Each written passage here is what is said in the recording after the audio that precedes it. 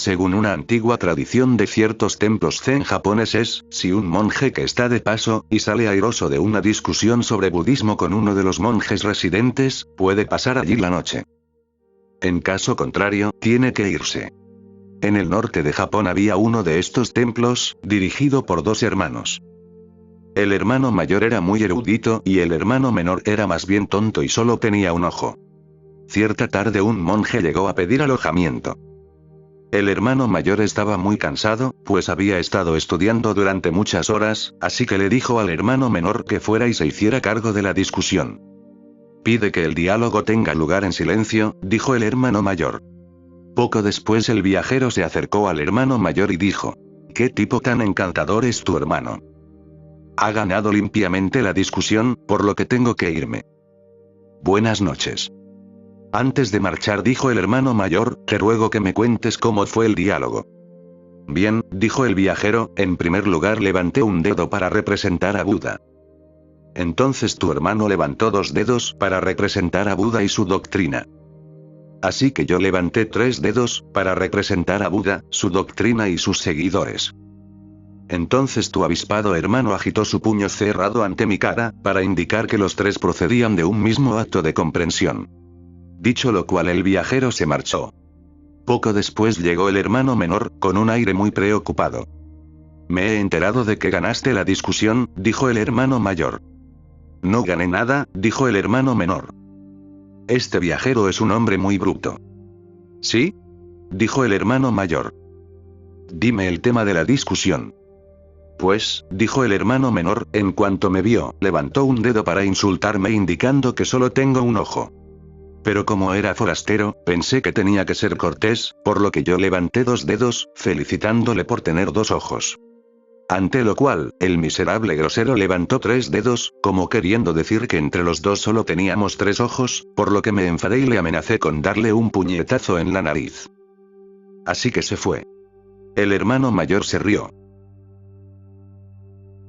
Todas las discusiones son fútiles y estúpidas. La discusión es tonta en sí misma, porque nadie puede llegar a la verdad mediante la discusión, mediante el debate. Podrás conseguir alojamiento para la noche, pero nada más. Lo que explica esta costumbre. Es una tradición preciosa. En cualquier templo zen del Japón, durante muchos siglos, si pides alojamiento tienes que discutir. Si ganas la discusión puedes quedarte, esto es muy simbólico, pero solo por una noche. Llegada la mañana debes irte. Lo cual indica que mediante la discusión, la lógica, el razonamiento, nunca alcanzarás el objetivo, solo alojamiento por una noche. Y no te engañes pensando que el alojamiento por una noche es el objetivo. Tienes que continuar. Por la mañana tienes que ponerte de nuevo en camino. Pero muchos se han engañado a sí mismos. Piensan que todo cuanto han conseguido mediante la lógica es el objetivo. El alojamiento nocturno se ha convertido en el no va más. Ya no avanzan y muchas mañanas han pasado. La lógica puede llevar a conclusiones hipotéticas, nunca a la verdad. Y recuerda que lo que se aproxima a la verdad es también una mentira, porque ¿qué significa? Algo es verdadero o falso, no hay término medio. Algo es verdadero o no lo es. No puedes decir que es cierto a medias. No existe algo así, como tampoco existe un semicírculo, porque la misma palabra círculo significa lo completo.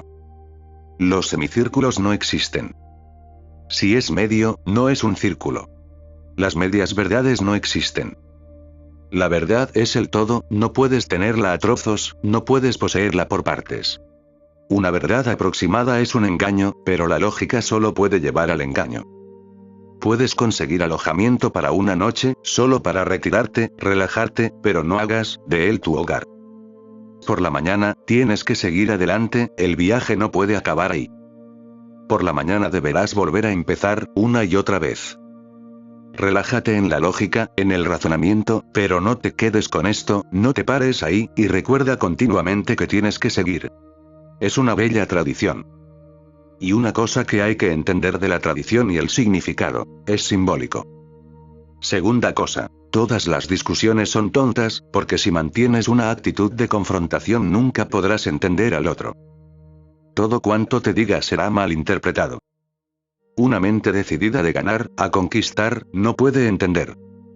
Es imposible, porque la comprensión necesita una mente no violenta. Cuando intentas salir victorioso, estás siendo violento. La discusión es violencia. Puedes matar con ella, no puedes resucitar con ella. No puedes dar vida con ella, puedes asesinar con ella. Las verdades pueden ser asesinadas mediante discusión, pero no pueden ser resucitadas. Es violencia. La actitud misma es violenta. En realidad no pretendes la verdad, pretendes la victoria.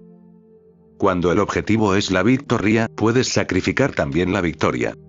El objetivo debe ser la verdad, no la victoria, porque cuando el objetivo es la victoria eres un político, no un hombre religioso. Eres agresivo, estás intentando de alguna manera subyugar al otro, dominarlo y tiranizado. Y la verdad nunca puede convertirse en una dominación, nunca puede destruir al otro. La verdad nunca puede ser una victoria en el sentido de que has subyugado al otro. La verdad aporta humildad. No son ego trips, pero todas las discusiones son ego trips. Por lo que la discusión nunca puede llevar a lo real, siempre conduce a lo irreal, lo falso, porque el mismo fenómeno que persigues, la victoria, es estúpido. La verdad gana, no tú, no yo. En una discusión tú ganas, o yo gano, la verdad nunca gana. Los buscadores auténticos permitirán que la verdad venza a ambos. Los participantes en una discusión pretenden que la victoria les pertenezca a ellos, no debe pertenecer al otro. En la verdad, no hay otro. En la verdad, nos encontramos y nos convertimos en uno. Así que ¿quién puede ser el vencedor y quién el vencido? En la verdad, nadie resulta vencido. En la verdad gana y nosotros nos perdemos. Pero en la discusión yo soy yo y tú eres tú, en realidad no existe un puente. ¿Cómo puedes comprender al otro cuando estás en contra de él? La comprensión es imposible. La comprensión necesita simpatía, participación. Comprender significa escuchar al otro, solo entonces florece la comprensión. Pero si estás discutiendo algo, debatiendo, razonando, no estás escuchando al otro, solo finges estar escuchando. En el fondo estás preparándote, en el fondo ya has dado el siguiente paso, lo que vas a decir cuando el otro acabe. Estás preparándote para refutarlo. No le has escuchado, y estás intentando refutarle. En realidad, la verdad no tiene importancia en una discusión, en un debate. Por lo que este nunca es una comunicación, es imposible llegar a una comunión mediante el debate. Puedes discutir, pero cuanto más discutes, más te separas del otro. La separación se convierte en un abismo, no puede haber terreno común. Por esto los filósofos nunca coinciden, los pandits nunca coinciden, son grandes discutidores. Se abre un abismo entre ellos. No pueden coincidir con el otro, esto es imposible. Solo los amantes coinciden, pero los amantes no pueden discutir, pueden comunicar. Por esto en Oriente hay una insistencia tan grande en Shraddha, confianza, fe. Si discutes con tu maestro, se ensancha la brecha. Entonces es mejor seguir adelante. Deja que este maestro sea el refugio de una noche, pero sigue adelante. Quedarte con él no te llevará a ninguna parte, la brecha se hará más grande. Si eres discutidor, no puede salvarse esa distancia. Es imposible. Confianza significa simpatía. Confianza significa que no estás discutiendo, has venido a escuchar, no a discutir. Has venido a entender, no a discutir. No has venido a vencer, en todo caso estás dispuesto a perder. El auténtico discípulo está siempre intentando que el maestro le venza. Este es el momento más grande en la vida del discípulo, cuando es totalmente destruido y derrotado. No es que el maestro vaya de ganar, él va a ser derrotado, el discípulo va a ser vencido. Y cuando el discípulo ya no existe, ha sido completamente derrotado, ha desaparecido, solo entonces se ha tendido un puente sobre la brecha, se ha salvado el abismo y el maestro te puede penetrar. Por eso sucedió que los discípulos que Jesús reunió mientras recorría su tierra eran todos hombres sencillos, ni una sola persona educada. No es que no hubiera eruditos entonces, había grandes sabios en aquella época. Los judíos estaban en la cima de su gloria, por eso pudieron producir un hijo como Jesús. Él era la culminación. Jesús pudo suceder, lo que demuestra que los judíos estaban en la cumbre. Nunca más volverían a alcanzar semejante cumbre. Habían grandes eruditos, se organizaban grandes debates. La sinagoga judía era la sede del aprendizaje, una verdadera universidad. La gente viajaba de una parte a otra del país para discutir, debatir, razonar, descubrir. Pero era una pelea. Ni un solo erudito siguió a Jesús. De hecho, todos los eruditos estuvieron por unanimidad de acuerdo en que Jesús tenía que ser destruido.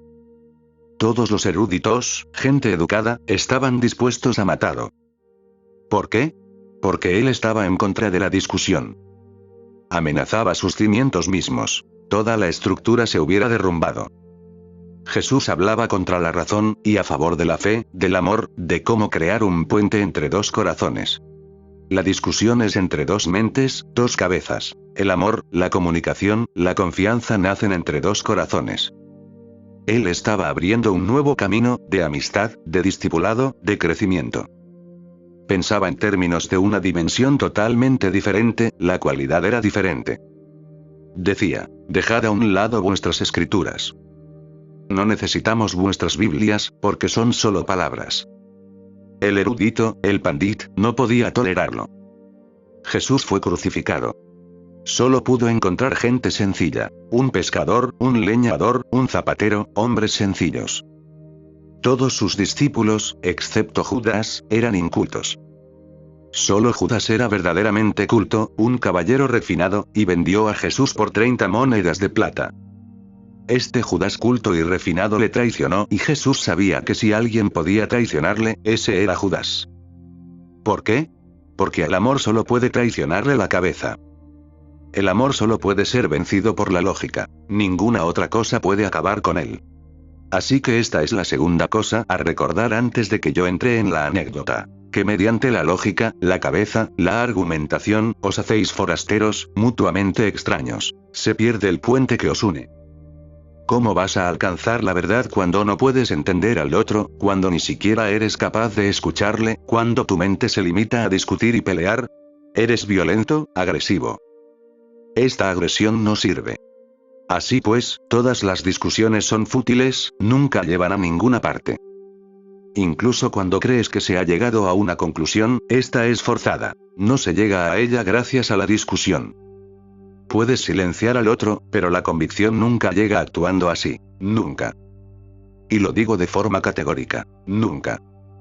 Si posees ciertos trucos lógicos, puedes silenciar al otro, que puede ser incapaz de contestarte. Sabes más que él. Conoces más trucos y puedes acorralarlo mediante palabras y razonamientos, mientras que él no puede responder. Pero no es esta la manera de convencerle. En el fondo, él sabe que algún día encontraré más trucos y te pondré en tu lugar. Por el momento, no puedo contestarte. Muy bien, acepto la derrota. Has sido derrotado, pero no lo has conquistado. Y estas son dos cosas diferentes. Cuando conquistas un corazón, no está derrotado, se siente feliz. Es victorioso en tu victoria, participa. No es tu victoria, ha vencido la verdad, y ambos podéis celebrarlo. Pero cuando derrotas a alguien, nunca es conquistado, sigue siendo enemigo. En el fondo espera el momento oportuno para imponerse. Ningún debate puede convertirse en una convicción. Y si no se llega a la convicción, ¿en dónde está la conclusión? La conclusión es forzada, es siempre prematura. Es exactamente como un aborto, no es un parto natural. Lo has forzado, nace un niño muerto, o un niño lisiado, que seguirá siendo lisiado, débil y muerto durante toda su vida. Sócrates acostumbraba a decir, yo soy una comadrona, asisto al parto natural. Un maestro es una comadrona. No va a forzar, porque un parto forzado no va a ser un parto auténtico. Es más como la muerte y menos como la vida. Por esto un maestro nunca es discutidor. Y si a veces lo parece, solo está jugando contigo, y jugando por alguna razón. No te dejes enredar. Está jugando por alguna razón. Puede discutir solo para averiguar si estás o no en una actitud discutidora. Si es así, tú te lo has perdido. Si puedes escuchar sus argumentos sin adoptar una actitud discutidora, él no va a jugar contigo este juego. Tiene que mirar en tu interior. ¿Acaso estés escuchando conscientemente, pero discutiendo inconscientemente? Entonces él tiene que hacer aflorar tu inconsciente, para que te des cuenta de ello. A veces un maestro parecerá agresivo, como si quisiera vencerte. Pero nunca quiere tu derrota, solo derrotar tu ego, no a ti. Solo destruir tu ego, no a ti. Y recuerda, el ego es el veneno, te está destruyendo. Una vez que el veneno haya sido destruido, estarás libre y vivo por primera vez. Una luz abundante te sucederá por primera vez. Está destruyendo la enfermedad, no a ti. A veces tiene que discutir. Han existido maestros muy discutidores. Era imposible vencerlos, imposible jugar el juego de las palabras con ellos. Pero simplemente intentaban hacer aflorar tu conciencia, para que pudieras darte cuenta de si tu fe era verdadera o no. Sucedió una vez. Un sufí, Junaid, vivía con su maestro. Y este era tan discutidor que negaba todo cuanto le decían. Si le decían, es de día, él respondía, no, es de noche, y de hecho no era así, era de día. Cualquier cosa que Junaid decía era negada por su maestro. Entonces él simplemente inclinaba la cabeza y decía, sí, maestro, es de noche. Un día, el maestro dijo, Junaid, has ganado. No pude despertar en ti una actitud discutidora. Y he sido tan obviamente falso que incluso alguien que nunca haya discutido nada hubiera dicho, ¡qué tontería! Es de día. No es necesario discutir, es tan evidente. Tú en cambio has dicho, sí maestro, es de noche. Tu confianza es profunda. Ahora nunca te discutiré, ahora puedo decir la verdad, porque estás preparado. Cuando el corazón dice sí totalmente, estás preparado para escuchar. Y solo entonces puede serte revelada la verdad. Si el más mínimo no queda dentro de ti, la verdad no puede serte revelada, porque este no destruirá todo lo demás. El no, por pequeño que sea, es poderoso, muy poderoso. Entonces la verdad será dicha, pero no te será revelada. Él no va a ocultarla otra vez. Por eso digo que todos los debates son fútiles, y por eso voy repitiendo una y otra vez que todo el esfuerzo de la filosofía ha sido inútil. No ha llegado a ninguna conclusión. No puede hacerlo. Voy a contarte algo, y luego entraré en esta anécdota zen. Sucedió que un día el gran primer ministro de un gran emperador murió. El primer ministro era alguien excepcional, muy inteligente, casi sabio, muy listo, agudo, gran diplomático, y era muy difícil encontrarle un sustituto. Se buscó por todo el reino. Todos los ministros fueron enviados para encontrar por lo menos 3 personas. Entonces se tomaría la decisión final, y uno de ellos sería elegido. La búsqueda se prolongó durante meses. Se peinó todo el reino, cada uno de los recovecos y rincones. Por fin se encontraron 3 personas. Uno era un gran científico, un gran matemático.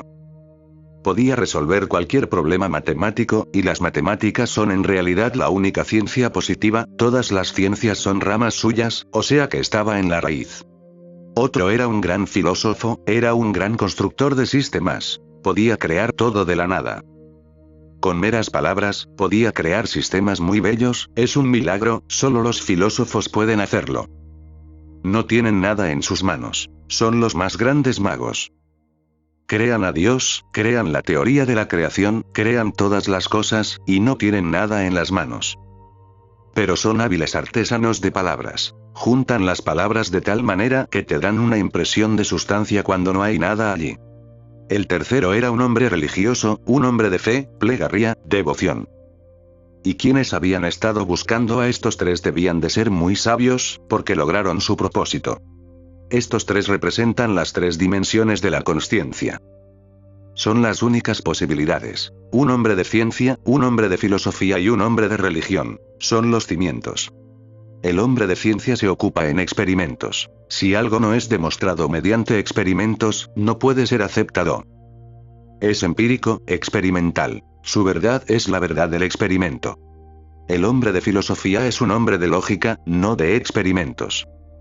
El experimento no es la cuestión, solo mediante la lógica, prueba y refuta.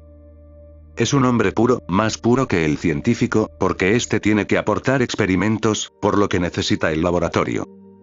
El hombre de filosofía trabaja sin laboratorio, solo con la mente, con la lógica, con matemáticas. Todo su laboratorio está en su mente, puede probar y refutar únicamente con argumentos lógicos. Puede resolver cualquier problema, o puede crear cualquier tipo de problema. Y el tercero es la dimensión religiosa. Este hombre no contempla la vida como un problema. La vida no es un problema para un hombre religioso. No es nada que haya que resolver, es algo que hay que vivir. El hombre religioso es el hombre de la experiencia, el científico es el hombre del experimento, el filósofo es el hombre del pensamiento. Para el religioso, el hombre de la experiencia, la vida es algo que hay que vivir. Si hay alguna solución, surgirá de la experiencia, del vivir. Nada puede ser decidido de antemano mediante la lógica, porque la vida es más grande que la lógica. Esta es una mera burbuja en el vasto océano de la vida, por lo que no puede explicarlo todo. Los experimentos pueden ser llevados a cabo solo cuando no estás implicado, los experimentos solo pueden ser llevados a cabo con objetos. La vida no es un objeto, es el núcleo mismo de la subjetividad. Cuando experimentas eres diferente. Cuando vives eres uno. Por lo que el hombre religioso dice, a menos que seas uno con la vida, nunca puedes conocerla. ¿Cómo puedes conocerla desde fuera? Puedes ir de un lado a otro, dando vueltas a su alrededor, pero nunca darás en la diana. Por lo que ni experimento, ni pensamiento, únicamente experiencia. Simple, confiado. Un hombre de fe. Buscaron y encontraron a estos tres hombres, y entonces fueron convocados a la capital para el juicio definitivo. Dijo el rey, descansad y preparaos durante 3 días. En la mañana del cuarto día tendrá lugar el juicio, el final. Uno de vosotros será escogido, se convertirá en mi primer ministro, el que demuestre ser el más sabio. Empezaron a trabajar, cada uno a su manera. 3 días no eran suficientes. El científico tenía que pensar en muchos experimentos y llevarlos a cabo. Era imposible saber de qué tipo sería el examen, así que no pudo dormir durante 3 días, no tenía tiempo. Y tenía toda la vida para dormir después de ser escogido, por consiguiente, ¿por qué preocuparse de dormir? No dormía, no comía. No tenía bastante tiempo. Debía hacer muchas cosas antes del examen. El filósofo empezó a pensar, tenía que resolver muchos problemas. ¿Quién sabe qué tipos de problema van a plantearme? Solo el hombre religioso estaba tranquilo. Comía, y comía bien. Solo un hombre religioso puede comer bien, porque comer es una ofrenda, es algo sagrado. Dormía bien. Rezaba, se sentaba afuera, paseaba, miraba los árboles y daba gracias a Dios. Porque para un hombre religioso el futuro no existe y no hay examen final. Cada momento es el examen, de modo que ¿cómo vas a prepararte para él? Puedes prepararte para algo que está en el futuro. Pero si algo está ahora mismo, aquí, ¿cómo puedes prepararte para ello? Tienes que afrontarlo. No había futuro. A veces el científico decía, ¿qué estás haciendo? Perdiendo el tiempo, comiendo, durmiendo, haciendo oración. Puedes decir tus oraciones más tarde. Pero él se reía y no discutía. No era hombre de discusiones.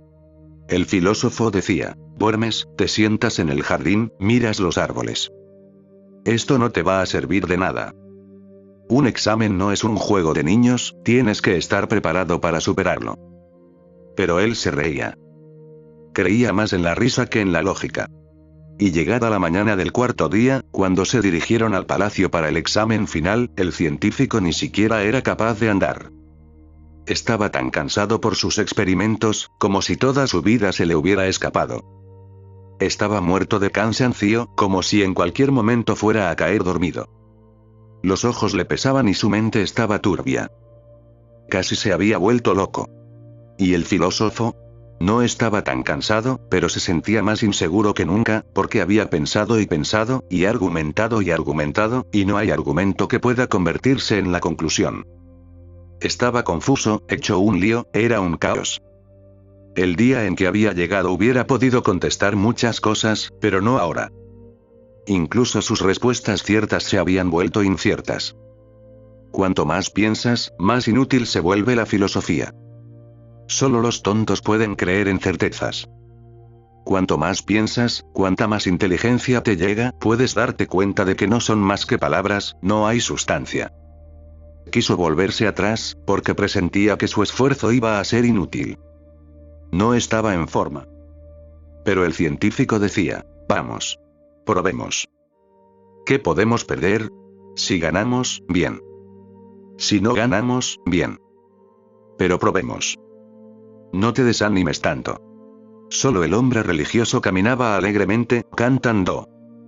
Podía oír los pájaros en los árboles, podía ver la salida del sol, los rayos del sol en las gotas de rocío. Toda la vida era un milagro tan grande. No estaba preocupado, porque no había examen, llegaría y afrontaría lo que sucediera, simplemente llegaría y vería lo que pasara. Y no pretendía nada, no estaba expectante, estaba fresco, joven, vivo, nada más. Así es como uno debe acercarse a Dios. No con fórmulas prefabricadas, no con teorías prefabricadas, no con muchos experimentos de investigación, no con muchos diplomas de doctor en filosofía. No, eso no va a servir de nada. Uno debe ir cantando y bailando hacia el templo. Y si estás vivo, entonces puedes responder a cualquier cosa que llegue, porque la respuesta llega de la vida, del corazón, y el corazón está preparado cuando canta, cuando baila. Llegaron. El emperador había montado una estratagema muy especial. Fueron conducidos a una habitación en la que había puesto una cerradura, un rompecabezas matemático. En la cerradura había muchas cifras, pero no había llave. Estas cifras tenían que ser puestas de cierta forma. Ahí estaba el secreto, pero uno tenía que buscarlo y encontrarlo. Si aquellas cifras se colocaban de determinada manera, la puerta se abriría. El emperador les dijo, este es un rompecabezas matemático, uno de los más grandes que se han conocido. Ahora tenéis que encontrar la solución, no hay llave. Si podéis hallar la respuesta a este problema matemático, la cerradura se abrirá. Y la persona que salga primero de esta habitación será elegida. Así que ahora empezad. Cerró la puerta y salió. Inmediatamente el científico empezó a hacer muchos experimentos, muchas cosas, muchos problemas sobre el papel. Miraba, observaba las figuras en la cerradura. No había tiempo que perder, era una cuestión de vida o muerte. El filósofo cerró los ojos, empezó a pensar en términos matemáticos qué hacer, cómo puede ser solucionado este rompecabezas, que era absolutamente nuevo. Este es el problema con la mente. Si algo es viejo, puede encontrarse la respuesta. Pero si algo es absolutamente nuevo, ¿cómo salir airoso con la ayuda de la mente? Esta es muy eficaz con lo viejo, lo conocido, la rutina, pero se muestra inútil cuando se topa con lo desconocido. El hombre religioso no se acercó a la cerradura, porque ¿qué podía hacer? No sabía nada de matemáticas, no sabía nada de ciencia experimental. ¿Qué podía hacer? Se limitó a sentarse en un rincón. Cantó un poco, rezó a Dios, cerró los ojos. Los otros dos pensaron que no era un competidor. De alguna manera está bien, porque el asunto se ha de decidir entre nosotros dos. Entonces, de pronto, se dieron cuenta de que el hombre religioso había abandonado la habitación, ya no estaba allí. La puerta estaba abierta. El emperador entró y dijo, ¿qué estáis haciendo ahora? Se acabó. El tercer hombre está fuera. Pero ellos preguntaron, ¿cómo? Pero si no ha hecho nada. Así que le preguntaron al hombre religioso, y él les dijo, solo estaba sentado. Recé y una voz en mi interior dijo, tú, tonto. Ve y mira. La puerta no está cerrada con llave. No había problema que resolver, de modo que salí. La vida no es un problema. Si estás intentando resolverla, te la estás perdiendo. La puerta está abierta, nunca ha estado cerrada. Si la puerta estuviera cerrada, los científicos hallarían la solución. Si la puerta estuviera cerrada, los filósofos hallarían un sistema para abrirla. Pero la puerta no está cerrada, por lo que solo la fe puede servir, sin ninguna solución, sin ninguna respuesta prefabricada. Empuja la puerta y sal. La vida no es un acertijo que haya que resolver, es un misterio que hay que vivir. Es un profundo misterio, de modo que confía y déjate llevar. Ninguna discusión, con algún otro o contigo mismo, puede ayudarte.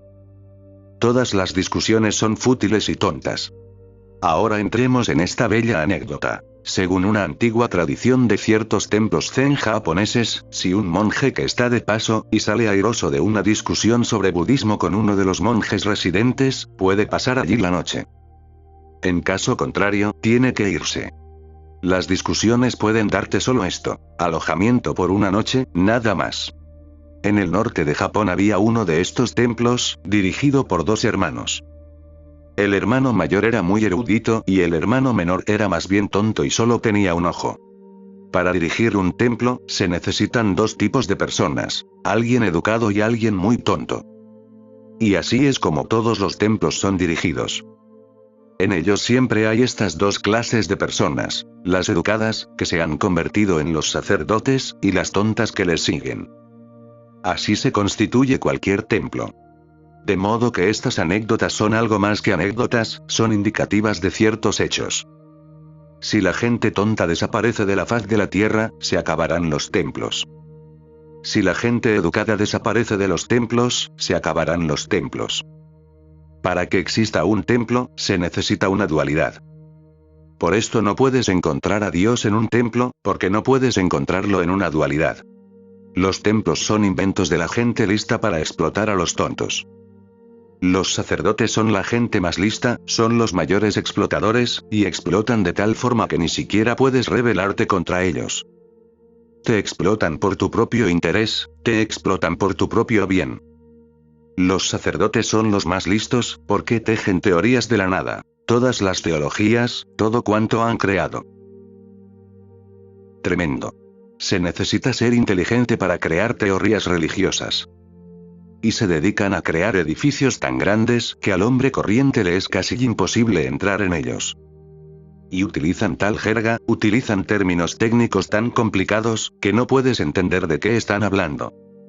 Y como no puedes entender, piensas que son muy profundos. Siempre que no puedes entender algo piensas que es muy profundo. No llego. Recuerda esto: Buda habla un lenguaje muy llano que cualquiera puede entender. No es el lenguaje de un sacerdote. Jesús habla en pequeñas parábolas, cualquier persona no educada puede entenderlo, nunca utiliza ninguna jerga religiosa. Mahavira habla, imparte sus enseñanzas, en el idioma de la gente más sencilla. Mahavira y Buda nunca utilizaron el sánscrito, nunca, porque el sánscrito era el idioma del sacerdote, del brahman. El sánscrito es el idioma más difícil. Los sacerdotes lo han hecho muy difícil, han pulido, y pulido, y pulido. La misma palabra sánscrito significa pulir, refinar. Lo han refinado hasta tal punto que solo si eres muy erudito puedes entender lo que están diciendo, si no, no llegas. Buda utilizaba el lenguaje del pueblo, el Pali, que era el lenguaje de los campesinos. Mahavira usaba el prákrito, que es la forma grosera del sánscrito. El prákrito es la forma natural del sánscrito, no tiene gramática propiamente dicha. El erudito no ha llegado todavía, no ha refinado las palabras convirtiéndolas en incomprensibles para la gente sencilla. Pero los sacerdotes han venido utilizando el sánscrito, todavía lo utilizan.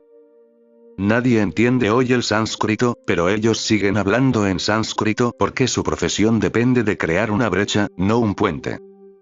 Solo si el pueblo llano no entiende pueden subsistir los sacerdotes. Si el pueblo ya no entiende lo que los sacerdotes dicen, estos están perdidos, porque no dicen nada. En cierta ocasión el Mullah Nasruddin fue a visitar a un médico, y los médicos han aprendido el truco de los sacerdotes. Escriben en latín y en griego, y escriben de tal forma que incluso a ellos mismos les resulta complicado leer sus escritos. Nadie tiene que entender lo que escriben. De modo que el Mullah Nasruddin fue a un médico y le dijo: mire, sea claro. Limítese a decirme los hechos. No utilice latín y griego. Si usted insiste y me permite la franqueza, dijo el médico, no tiene ninguna enfermedad. Lo único que tiene es pereza. Muy bien, contestó Nasruddin, gracias. Ahora escríbalo en griego y en latín, para que se lo pueda enseñar a la familia. Los listos han estado siempre explotando a la gente sencilla. Por esto Buda, Jesús y Mahavira nunca fueron respetados por los brahmanes, los eruditos, los listos, porque eran destructivos, estaban destruyendo todo su negocio. Si la gente entiende, entonces el sacerdote no es necesario. ¿Por qué? Porque el sacerdote es un mediador. Entiende el lenguaje de Dios. Por eso dicen que el sánscrito es Devas, el lenguaje de Dios. ¿No sabes sánscrito? Yo lo sé, de modo que me convierto en el eslabón intermediario, me convierto en el intérprete. Dime lo que quieres y se lo diré a Dios en sánscrito, porque Él solo entiende sánscrito. Y naturalmente tienes que pagar por ello. Estos son los dos tipos necesarios para un templo. En el norte de Japón había uno de estos templos, dirigido por dos hermanos. El hermano mayor era muy erudito y el hermano menor era más bien tonto y solo tenía un ojo. ¿Cuál es el simbolismo de un único ojo en esta anécdota?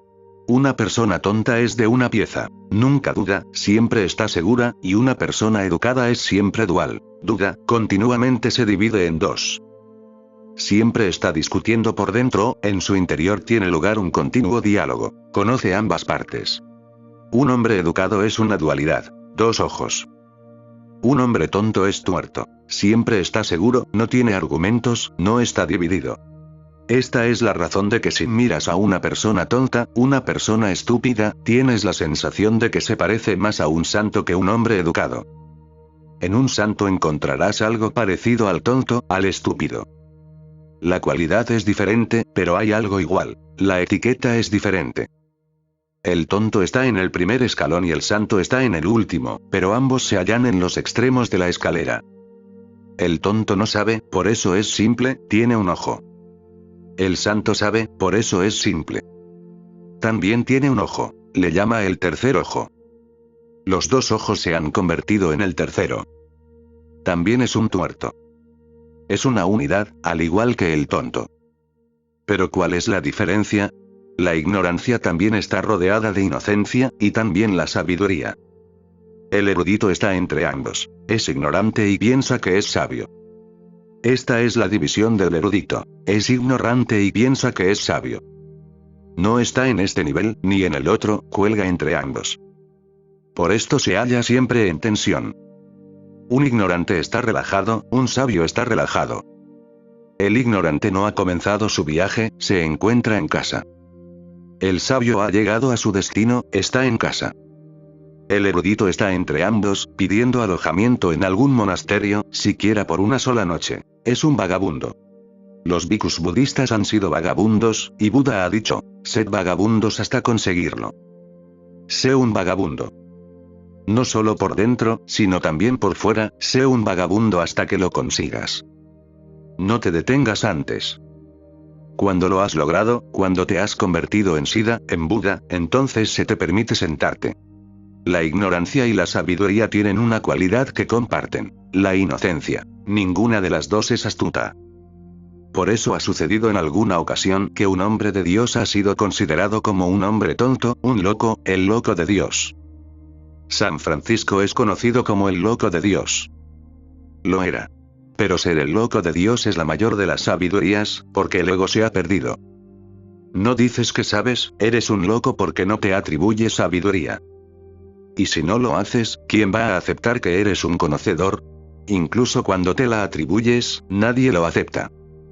Tienes que clavada con un martillo en las cabezas de los demás. Tienes que hacerles callar, discutir con ellos. Cuando no pueden decir nada más, entonces, de mala gana, aceptan que quizás, solo quizás, seas un sabio. Pero siempre dirán quizás. Dejarán abierta la posibilidad de poder negarlo algún día. Y si no pretendes nada, ¿quién va a aceptarte? Y si tú mismo dices soy un ignorante, no sé nada, ¿quién va a pensar que eres un sabio? La gente va a aceptarlo inmediatamente si dices, no sé. Dirán, ya lo sabíamos. Lo aceptamos, estamos totalmente de acuerdo contigo en que no sabes nada. El loco de Dios. Si lees una de las grandes novelas de Dostoyevsky, te darás cuenta de lo que significa este loco de Dios. Dostoyevsky siempre tiene, en sus muchas novelas, un personaje, que es el loco de Dios. Está en Los hermanos Karamazov. Es inocente, puedes explotarlo. Incluso si lo explotas, confiará en ti. Puedes destruirlo, pero no puedes destruir su confianza. Esta es su belleza. ¿Qué te pasa, a ti? Si una persona te engaña. La humanidad toda se convierte en el mentiroso. Si un hombre te engaña, has perdido tu confianza en el hombre, no en este hombre, sino en toda la humanidad. si 2 de 3 personas te engañan, tú crees que no existe el hombre digno de confianza. Toda confianza ha desaparecido. Es como si desde el principio no quisieras confiar. Y estas 2 o 3 personas te han dado la excusa. Si no fuera así, dirías, este hombre no es digno de confianza, pero toda la humanidad. No lo sé, de modo que debo confiar, tengo que confiar, de lo contrario. Y. Si eres un hombre capaz de ver, dirás, no, solo este hombre es totalmente indigno de confianza. Fue en ese momento, si digo que este hombre puede haber sido indigno de confianza en el pasado, pero quién sabe si seguirá siéndolo en el próximo momento. Porque los santos pueden volverse pecadores, y los pecadores pueden convertirse en santos. La vida es un movimiento. Nada es estático. En ese momento el hombre era débil. Pero en el próximo momento puede recobrar el control, no volverá a engañar, por lo que al día siguiente si vuelve, volverás a confiar en él, porque este día es diferente, este hombre es diferente, el Ganges nunca es igual, por tanto, no es el mismo río. Sucedió una vez que un hombre fue y le pidió al Mullah Nasruddin un poco de dinero. Nasruddin conocía a ese hombre, sabía bien que no le iba a devolver el dinero, pero era una suma tan pequeña que pensó, que se lo lleve, aunque no me lo vaya a devolver, nada se pierde. ¿Por qué decir no por una suma tan pequeña? De modo que le dio el dinero. 3 días después, el hombre volvió. Nasruddin estaba sorprendido. Parecía imposible, era un milagro que este hombre hubiera vuelto. 2 o 3 días más tarde el hombre volvió de nuevo y pidió una fuerte suma. Nasruddin dijo, No. la última vez me engañaste y no voy a permitir que suceda otra vez. ¿Qué estás diciendo? Dijo el hombre. La última vez te devolví el dinero. Cierto, me lo devolviste, pero me engañaste, porque yo no creía que me lo devolverías. Pero esta vez, no. Ya está bien. La última vez actuaste contra mis expectativas. Pero ya basta. Ahora no voy a dártelo. Así es como funciona la mente astuta. En este templo, uno era ignorante, un hombre sencillo, tuerto, seguro. Otro era un estudioso, y el estudioso siempre estaba cansado porque trabajaba mucho por nada. De modo que ocupado sin ocupación, estaba siempre cansado. Cierta tarde un monje llegó a pedir alojamiento. El hermano mayor estaba muy cansado, pues había estado estudiando durante muchas horas.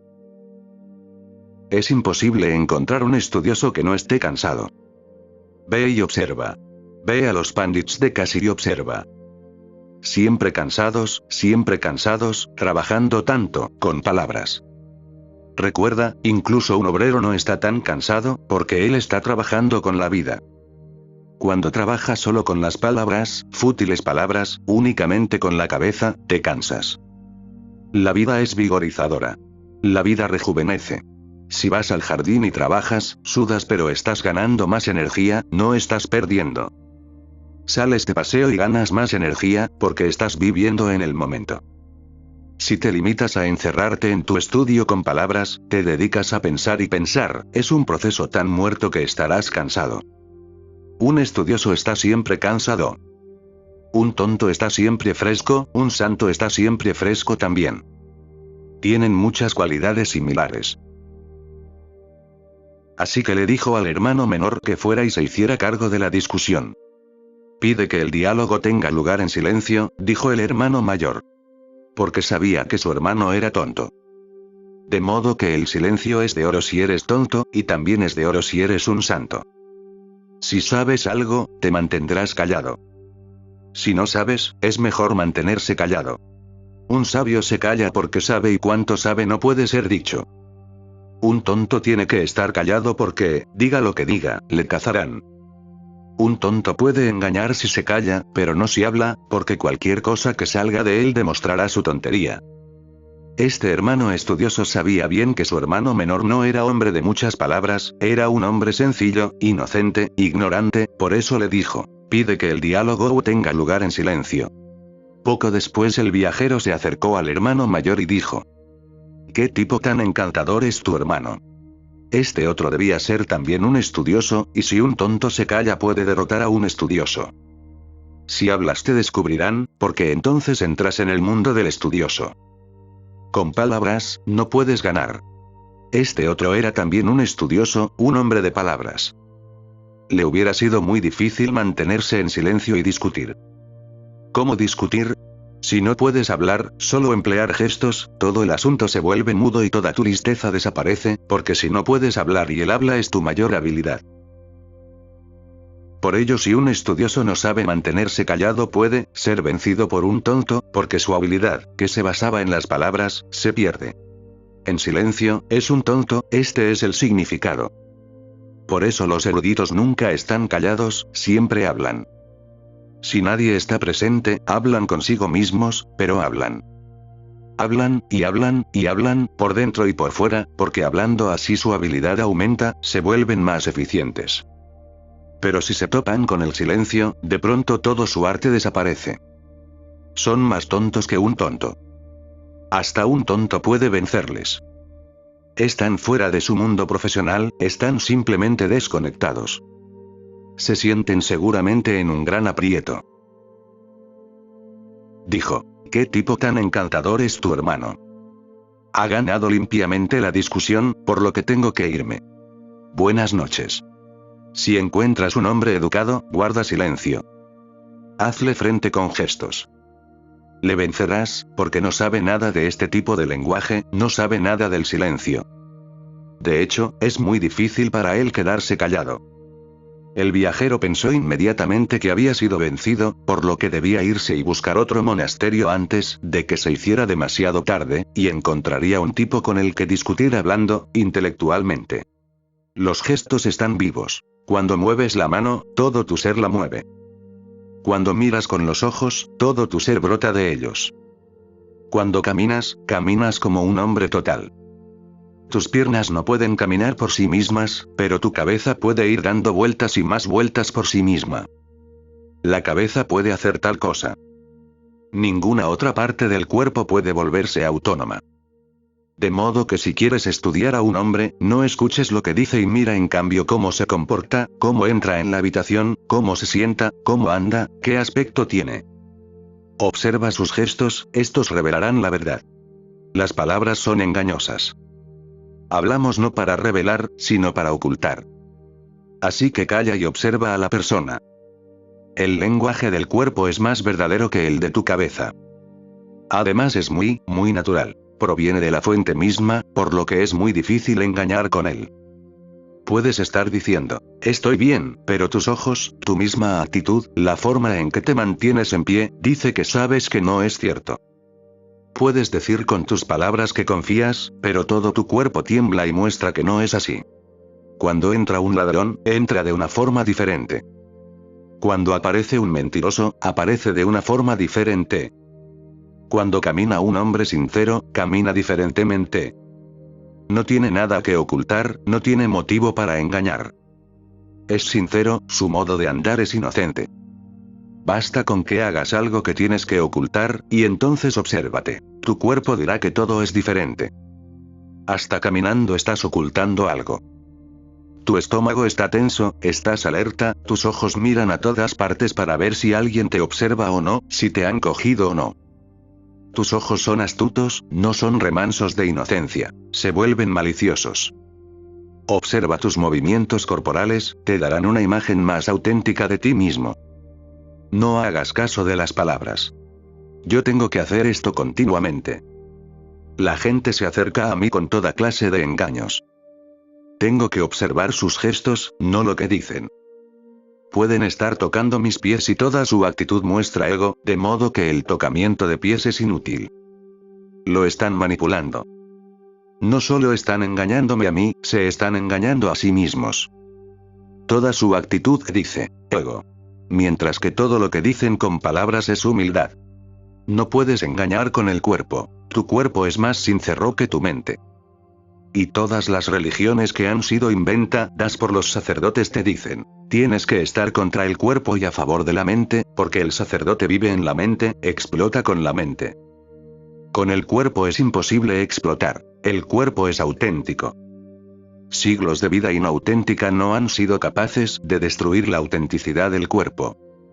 El cuerpo sigue siendo auténtico, muestra claramente quién eres. Ha ganado limpiamente la discusión, por lo que tengo que irme. Buenas noches. Antes de marchar, dijo el hermano mayor, te ruego que me cuentes cómo fue el diálogo. Se siente perplejo.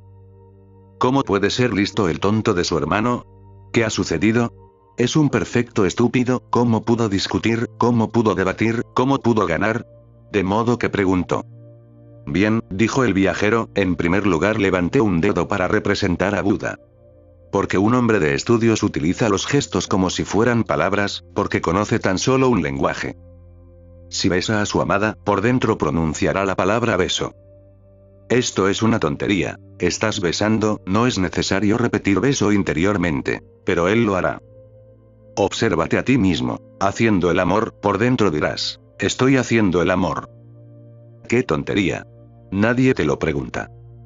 No hay nadie a quien decírselo. ¿Por qué lo vas repitiendo? ¿Por qué? Siempre que haces algo, lo verbalizas. Porque sin verbalizar no estás cómodo.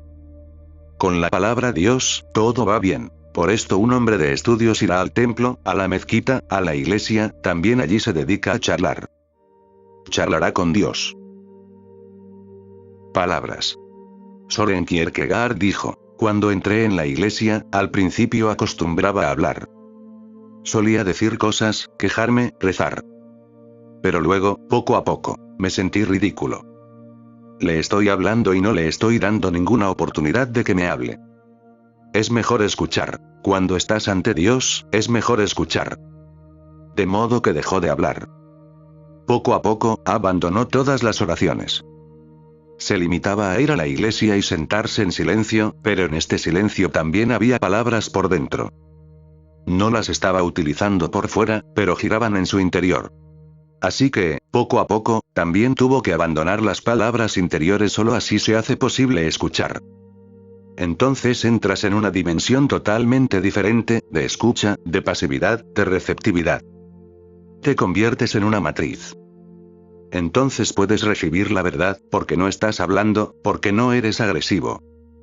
En ese instante solo Dios está trabajando y tú le permites que lo haga. Entonces Kierkegaard se volvió absolutamente silencioso, y dejó de ir a la iglesia. Alguien preguntó, ¿por qué? ¿Por qué has dejado de ir a la iglesia? Él dijo, ahora he aprendido lo que significa la iglesia. Solo significa estar callado y escuchar. Esto puede hacerse en todas partes, y es mejor hacerlo en otra parte, porque mucha gente va allí, a la iglesia a hablar. Me molestan. Es mejor bajo un árbol. Es mejor bajo el cielo. Y la iglesia es más grande allí, más natural. Y si tienes que estar callado, piensa que Dios está en todas partes. Si tienes que hablar, ve al templo. Pero si tienes que estar callado, ¿por qué ir a algún sitio? Dios está en todas partes, pero tú no puedes estar callado. Haces algo y lo repites por dentro. Tienes hambre y dices, tengo hambre. ¿No basta con tener hambre? Si no lo dices, no estás cómodo. Te has vuelto adicto a las palabras. Este hombre debió de haber sido un estudioso, un auténtico estudioso.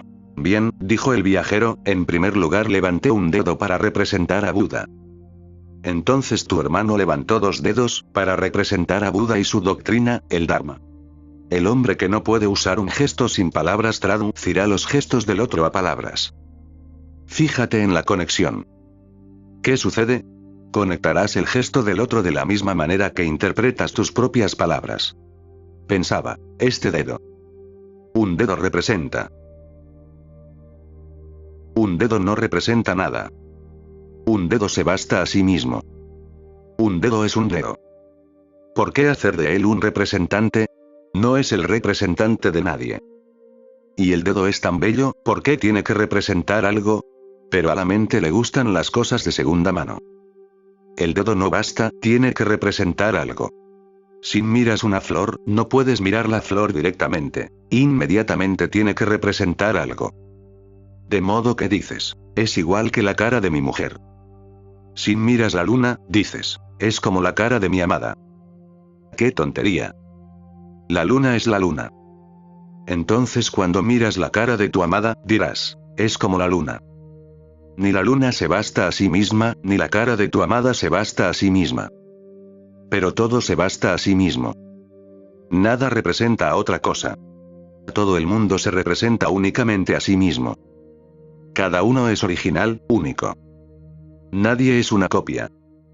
Y cuando dices que el dedo representa a Buda, Buda se ha convertido en el original, el dedo se ha convertido en la copia. No. Este Buda no lo puede permitir. No lo puedo permitir. El dedo es tan bello cuando no representa a nadie. Pero si piensas que tu dedo representa a Buda, entonces los otros dos dedos representarán a Buda y su Dharma, su doctrina. Porque tu manera de entender al otro no es escuchándolo. Entiendes al otro escuchando tu propia mente. Interpretas al otro. Cuando yo digo algo, nunca creas que has oído lo mismo. Cuando yo digo algo, tú oyes algo, pero esto no tiene que ver conmigo, tiene que ver con tu propio proceso mental. El proceso mental del monje que estaba de paso era, este dedo representa a Buda.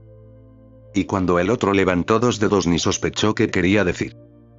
No puedes entender al otro si tienes palabras dentro, porque en este caso todo se conecta con tu palabra, con tu proceso mental, y entonces se colorea. El viajero pensó está diciendo que hay dos cosas, no una. Buda y su Dharma, su doctrina, su ley. Así que yo levanté tres dedos, fíjate en la conexión interna. No estás comunicando de ninguna manera con el otro. Estás comunicando contigo mismo. Esto es lo que quiere decir locura. Locura significa no conectar con el otro, es limitarse a ir hacia adentro y conectar tu nuevo momento con el pasado, la nueva experiencia con el pasado, interpretarla, colorearla.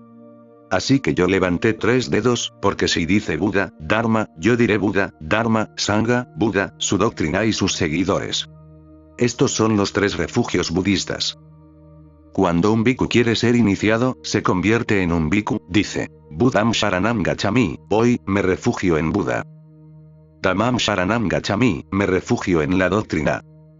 Sangham Sharanam Gacchami, me refugio en la Sangha, en los seguidores de Buda. Estos son los tres refugios, las tres joyas del budismo.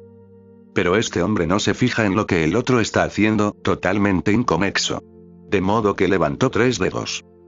Así que yo levanté tres dedos, para representar a Buda, su doctrina y sus seguidores. Entonces tu avispado hermano agitó su puño cerrado ante mi cara, para indicar que los tres procedían de un mismo acto de comprensión. Dicho lo cual el viajero se marchó. Poco después llegó el hermano menor, con un aire muy preocupado. Me he enterado de que ganaste la discusión, dijo el hermano mayor. No gané nada, dijo el hermano menor. Este viajero es un hombre muy bruto. ¿Sí? Dijo el hermano mayor. Dime el tema de la discusión. Pues, dijo el hermano menor, en cuanto me vio, levantó un dedo para insultarme indicando que solo tengo un ojo. Entiendes según tú mismo. Lees un libro, entiendes solo lo que ya sabes.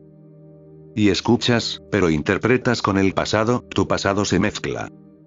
Un hombre tuerto tiene siempre presente la herida. Acarrea una herida. En todas partes espera el insulto. Nadie se preocupa de ti, pero si tienes una sensación de inferioridad, andas buscando quién te va a insultar. Estás seguro de que ocurrirá, y entonces interpretarás. El otro acaso está diciendo Buda, pero tú crees que está indicando que solo tienes un ojo. Nadie se preocupa de tus ojos, pero interpretamos según entendemos. Un hombre se acercó a Bayazid, un místico sufí, y le hizo una pregunta. Bayazid le dijo, vuelve dentro de un año, porque ahora mismo estás enfermo. Tu interior está agitado y no puedo decirte la verdad porque no la entenderías, la interpretarías mal. Así que intenta durante un año mantenerte sano, callado, meditativo y luego vuelve. Si entonces me parece que puedes escuchar, te lo diré. Si no, acude a algún otro. El hombre escuchó y se marchó. Durante un año se esforzó en permanecer sano, callado, tranquilo, pero nunca volvió. Por lo que Bayazid preguntó, ¿qué le sucedió a aquel buscador? Dijo alguien. Le preguntamos, ¿por qué no vuelves? Y él dijo, ahora ya no necesito volver, porque puedo entender desde aquí, en donde estoy, lo que Bayazid puede decir. Esta es la paradoja. Cuando no estás preparado, preguntas, pero entonces no se te puede decir nada. Cuando estás preparado no preguntas, pero solo entonces se te puede decir algo. Si eres tuerto, estás siempre buscando insultos, y si buscas insultos los encontrarás. Este es el problema. Si estás buscando algo, esta es la desgracia. Lo encontrarás. No es que nadie te esté insultando, lo encontrarás. De modo que no busques este tipo de cosas, porque las encontrarás en todas partes. Alguien reirá, no de ti, porque ¿quién eres tú? ¿Por qué piensas que eres el centro del mundo? Esta es una actitud egoísta. Vas por una calle y alguien ríe y piensas que se ríen de ti. ¿Por qué de ti? ¿Quién eres tú? ¿Por qué estás seguro de que eres el centro de todo el mundo? Alguien ríe, se ríe de ti, alguien insulta, te insulta, alguien se enfada contigo. En toda mi vida, no he encontrado ni una sola persona que estuviera enfadada conmigo. Mucha gente estaba enfadada, pero nadie estaba enfadado conmigo, porque yo no soy el centro del mundo. ¿Por qué iban a estar enfadados conmigo? Están enfadados. Esto es algo relacionado consigo mismos, no conmigo. Me he topado con gente violenta hacia mí, pero no eran violentos hacia mí. Esta violencia venía de su pasado. Yo no era la causa de su origen. Yo era quizás la excusa, pero no la causa. Solo una excusa. Si yo no hubiera estado allí, cualquier otro hubiera provocado esa misma reacción en ellos. Algún otro se hubiera convertido en la víctima. Por lo que era una coincidencia que yo estuviera allí. Cuando tu mujer se enfada contigo, es una coincidencia que estés allí. Huye. Y no pienses demasiado en que está enfadada contigo.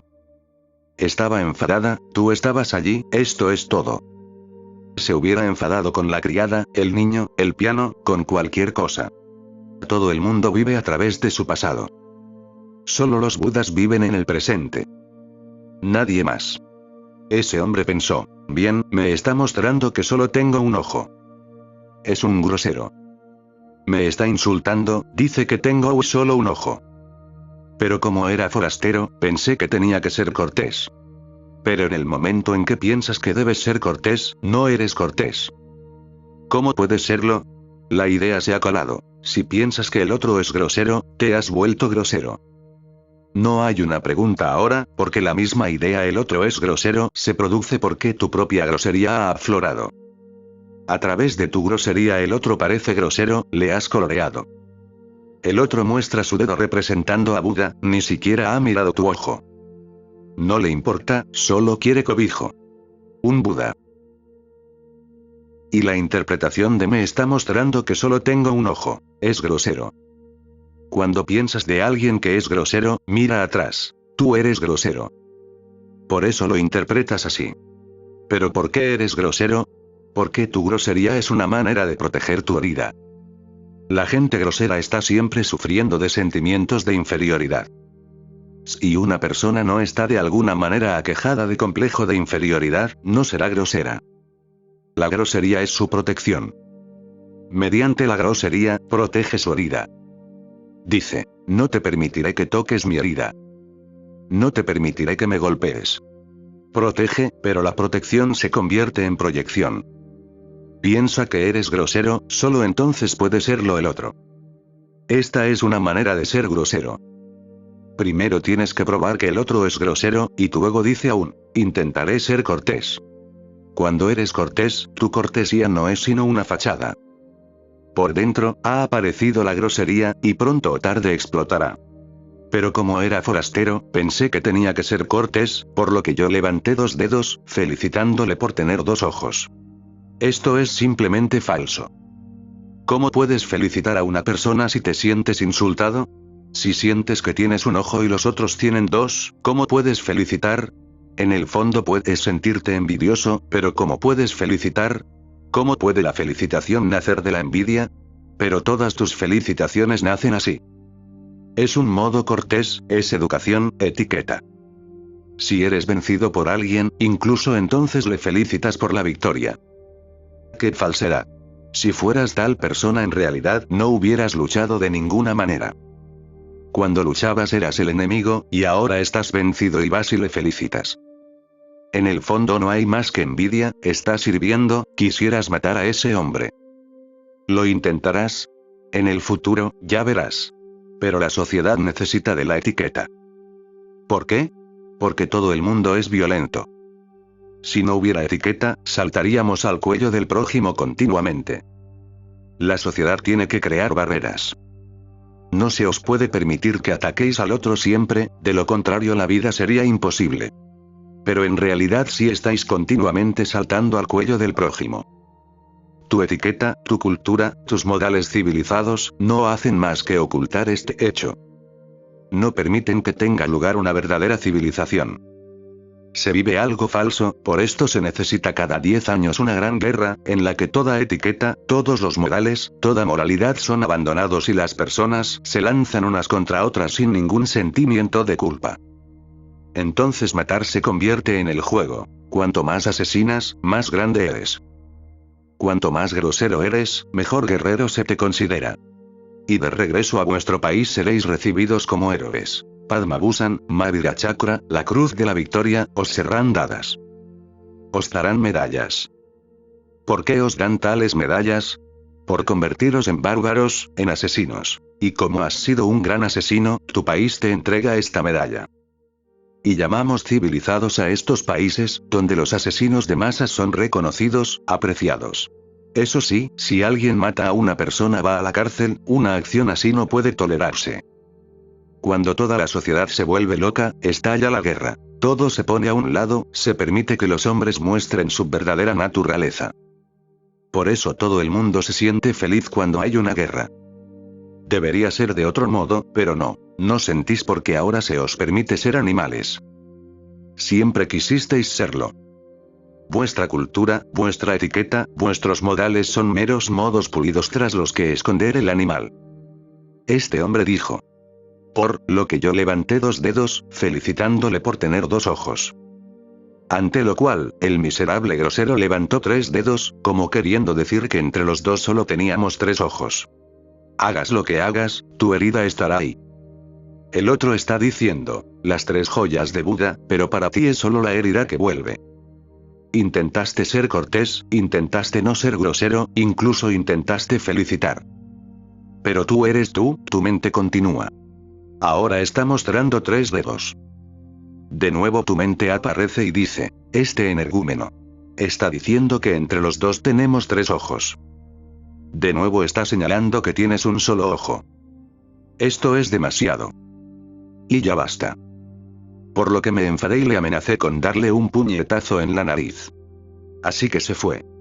Estaba enfadado desde el principio. Antes de encontrarse con el otro ya estaba enfadado, porque no puedes crear enfado si este no está presente. Solo puedes crear cosas que ya están presentes, tu creación no viene de la nada.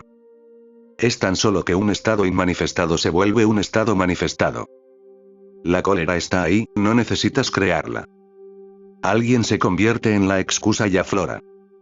No estás enfadado con él, no es la causa.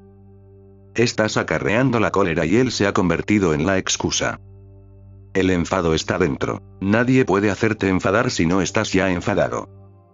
Pero siempre pensamos que alguien nos hace enfadar, alguien nos deprime, alguien nos hace esto o lo otro.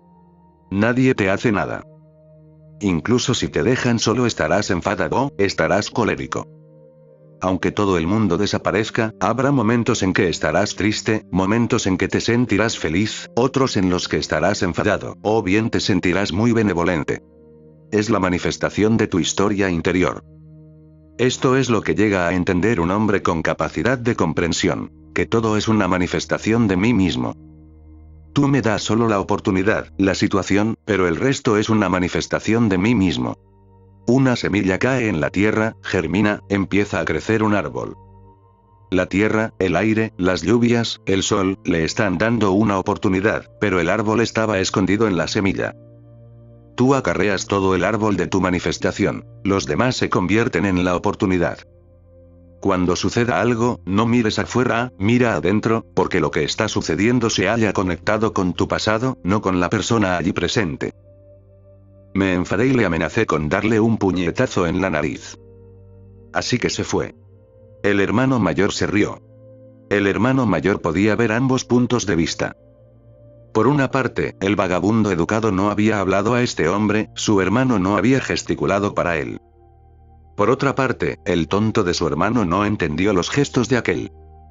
No se tocaron. Entre ellos había habido un abismo, sin puente. Discutieron, concluyeron. Uno fue vencido, otro fue vencedor, y nunca se encontraron, ni por un instante. Se rió. Esta risa puede convertirse en iluminación, en comprensión profunda, en transformación. Si esta risa no se debe a la estupidez de este hermano o a la estupidez de aquel vagabundo, si esta risa se debe a toda la situación. ¿Cómo funciona la cabeza? ¿Cómo dos cabezas, dos pasados, pueden no encontrarse nunca? ¿Cómo dos mentes siempre permanecen separadas? No hay para ellas modo de encontrarse y mezclarse una con otra.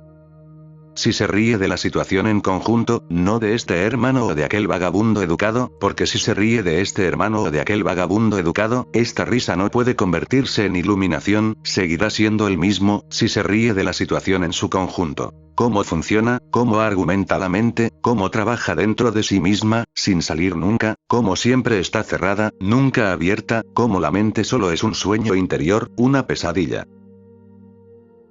Si entiende esto, esta risa se convertirá en un estallido. El cubo, todo el cubo caerá, el agua se derramará. Ni agua, ni luna. Basta por hoy.